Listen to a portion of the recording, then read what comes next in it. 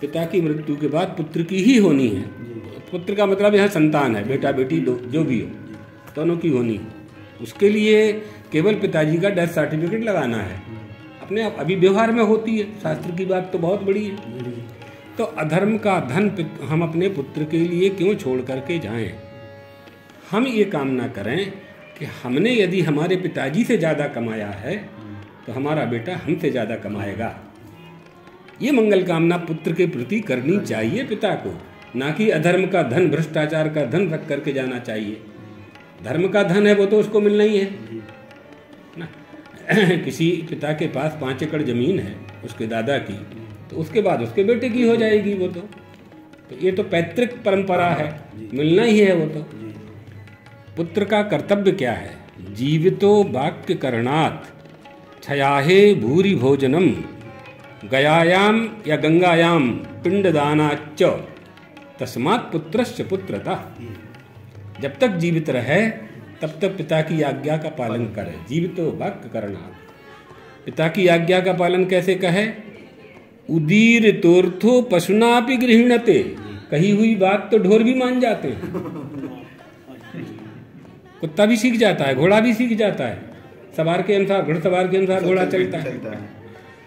कही हुई बात। पुत्र वो है कि पिता की इच्छा जानकर पूरी कर दे, पिता की इच्छा जान करके उसे पूरी, माँ की इच्छा जान करके उसको पूरी कर दे। और पिता के न रहने पर उसके निमित्त से ब्राह्मणों को भोजन करावे, गरीबों को वस्त्र दान करे, जिस दवाई से उसके पिताजी ठीक हुए हैं उस दवा का वितरण करे। अगर ठंड के कारण हमारे पिताजी की मृत्यु हुई है तो गरीबों को कंबल बांटे, भूख के कारण हुई है तो अन्नदान करे, प्याऊ लगाए। ये सब व्यवस्थाएं अपने धर्मशास्त्रों में और गंगा जी में या गया जी में जाकर के पिंडदान करे। तस्मात् पुत्रस्य पुत्रता, ये पुत्र की पुत्रता है, इससे पुत्र सिद्ध होता है।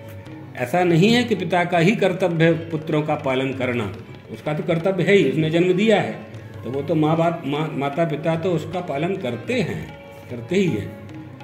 तो पुत्र के भी ये कर्तव्य है। इसलिए पिता और पुत्र का जो संबंध है उसके बीच में धर्म है। उस धर्म के पालन करने से ही पिता पुत्र को सुख की प्राप्ति होती है। संपत्ति के लिए हम पिताजी की सेवा करते हैं ये बात ठीक नहीं है, क्योंकि बिना वो संपत्ति आपकी होनी ही है। लेकिन अगर मन में लोभ ले आते हैं तो हम अपनी नीयत को बिगाड़ लेते हैं। पिता की संपत्ति तो मिल जाएगी, फिर पिताजी का आशीर्वाद नहीं मिलेगा, माँ का आशीर्वाद नहीं मिलेगा, माता पिता का। तो हमारी संपत्ति हमारा सुख है, तो सुख संपत्ति से नहीं मिलता है, आशीर्वाद रूपी संपत्ति से मिलता है। वो महत्वपूर्ण है। गुरु के द्वारा दिए गए पद से सुख नहीं मिलेगा, गुरु के आशीर्वाद से सुख मिलेगा। गुरु के दिए हुए कपड़े और धन से सुख नहीं मिलेगा, उसके आशीर्वाद से सुख मिलेगा। अगर ये कपड़े और वस्त्र और जमीन गुरु ने दी है, वो तो तुम्हारे देह के लिए दी है। गुरु तो अपने शिष्य को अध्यात्मवादी बनाता है।